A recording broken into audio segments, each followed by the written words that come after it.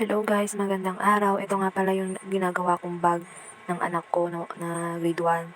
So, nagtry lang akong gumawa. Ang lumang pants to na hiningi ko. At ito ang naisipan kong gawin na maging backpack. So, ilang days ko din siyang nagawa kasi medyo nahihirapan akong gawin kasi nga paputol-putol ang paggawa ko. Kasi nga may baby ako.